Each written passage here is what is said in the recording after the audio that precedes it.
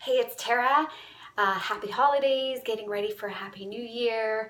And if you're like me, what you're seeing on social media and your email boxes are a lot of programs and packages and things to pump you up for the new year, things they want you to buy into that are going to help you set goals and reach those goals and do the whole resolution thing. So that's not what this is about, because what I'm going to talk to you about is how not to set a single resolution until you've addressed this one part of your life first, and some ways to do that. And so what I'm going to suggest is that you hold off on setting any intentional resolutions right now. Don't start anything on the 1st of January, because statistics show that by the 15th, you'll already have fallen off the wagon and it'll be over and you'll feel defeated, and it's harder to get back on when you have a sense of being defeated and failure.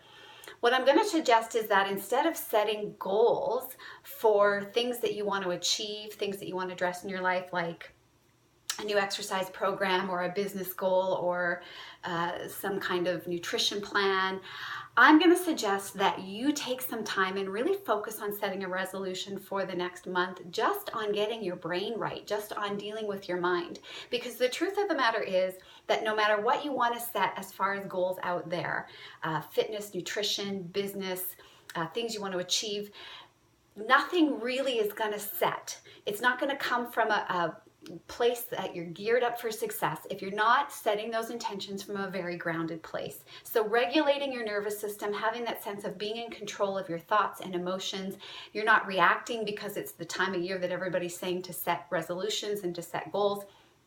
You're really taking some time to focus on the health of your brain and getting your mind right and getting really grounded in your life. Because when you set intentions and when you make goals from that place, you have a better chance of setting the right goals for your life at that time that are not reactive, that are planned and methodical. You also have a better chance of actually achieving those goals because you're coming from a right place. You're coming from the healthiest place where you can be motivated, where you can have discipline, where you can set yourself up for success.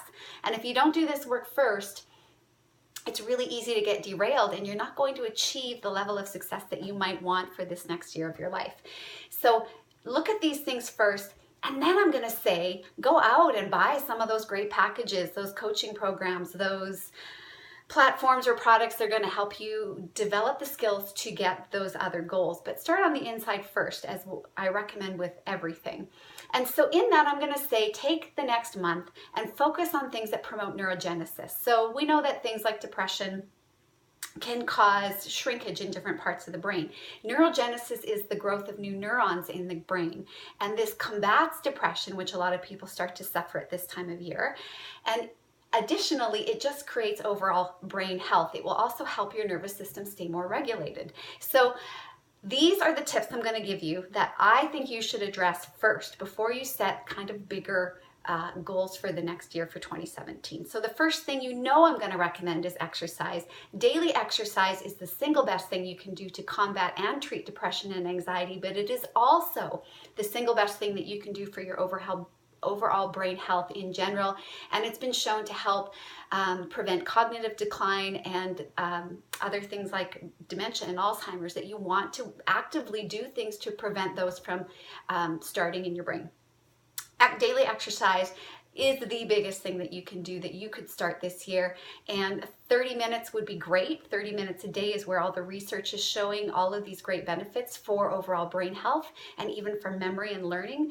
But I don't care if you start at 10 minutes a day. If you start with a 6-minute morning program where there are no excuses and you're going to do that consistently, that's still going to have benefits for your brain. But seek to get some kind of exercise 30 minutes a day. That's the best thing that you can do for regulating your nervous system and your brain health in general. The second thing I'm going to suggest is nutrition.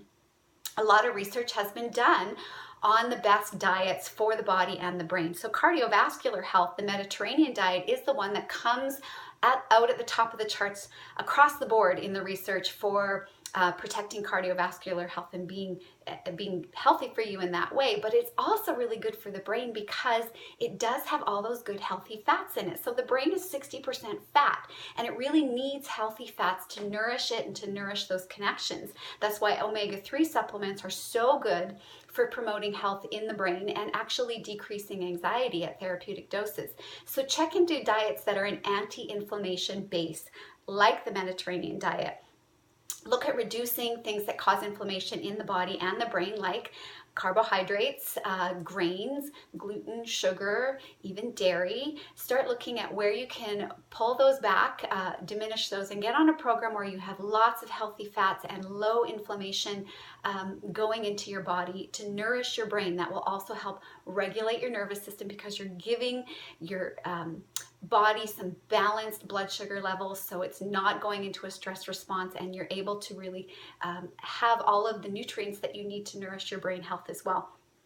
In that, check out some of the research on intermittent fasting, which I used to totally be against, but the research is showing that intermittent fasting actually causes an increase in neurogenesis in the brain. And so there is something to be said for finishing your last meal at 8 and then not eating anything until noon the next day.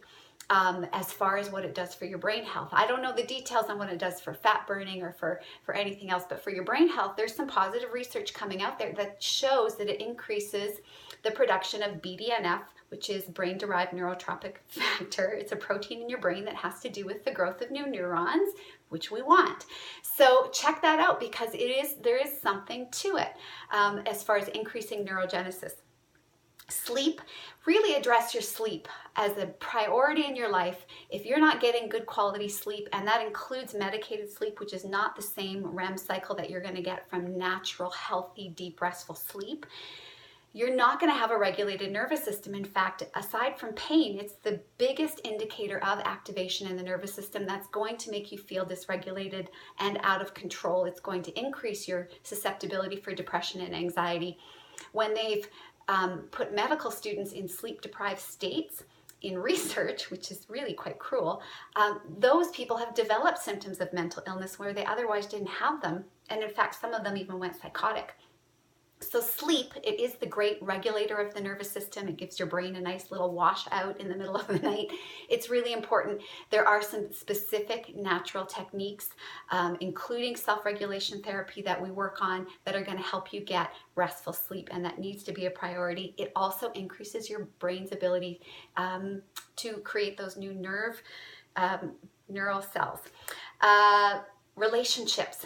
Be in healthy relationship. It doesn't matter what else you do this year. If you're surrounded by fools or critics or people that are lazy or negative, you're going to be pulled back. You will not reach the success that you deserve in this year. In those healthy relationships, you want to be around like-minded, positive people, because that's contagious. We have these mirror neurons in our brain that pick up on that, and our nervous system's just attuned to each other. We pick up on it naturally. Be around positive, optimistic, forward motion, open-minded people that support you in the direction that you want to go in your life. That is super, super important. One thing about healthy romantic relationships, and this makes me the most popular therapist around, is this one. If you're in a healthy relationship, and only a healthy relationship, enjoy a healthy sex life, because sex does promote neurogenesis in the brain. It also gives you a nice little blast of endorphins and dopamine, so you feel good, but it also increases your bonding. It increases the sense of connection in that relationship with the hormone oxytocin. So in addition to that, it grows your brain. So it's fantastic. Only if you're in a healthy relationship. If you're not in a healthy relationship, the sex isn't going to make it so, and it's still not going to have the effects on your brain that you want it to. Outside of that, direct sunlight if you can get it. Check into some supplements like curcumin, omega-3s, green tea, blueberries. You want a diet and supplements that are rich in antioxidants that are going to support overall brain health.